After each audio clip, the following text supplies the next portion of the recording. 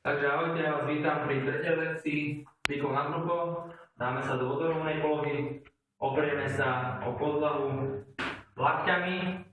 Záleží na vás, ako ste zdatní, to znamená menej zdatní si stačia, keď si dajú lakte rovno pod prsia, je 90 stupňový uhol medzi bicepsom a bokmi a držím, potom uvoľním.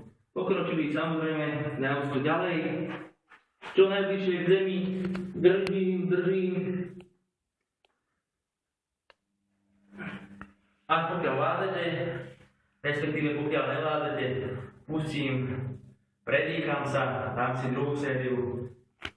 Takže to by bolo asi z mojej strany všetko. Ja vás ale rád privítam na mojej ďalšej lekcii, či už v oblasti hornej časti tela, spodnej alebo prednej. Majte sa.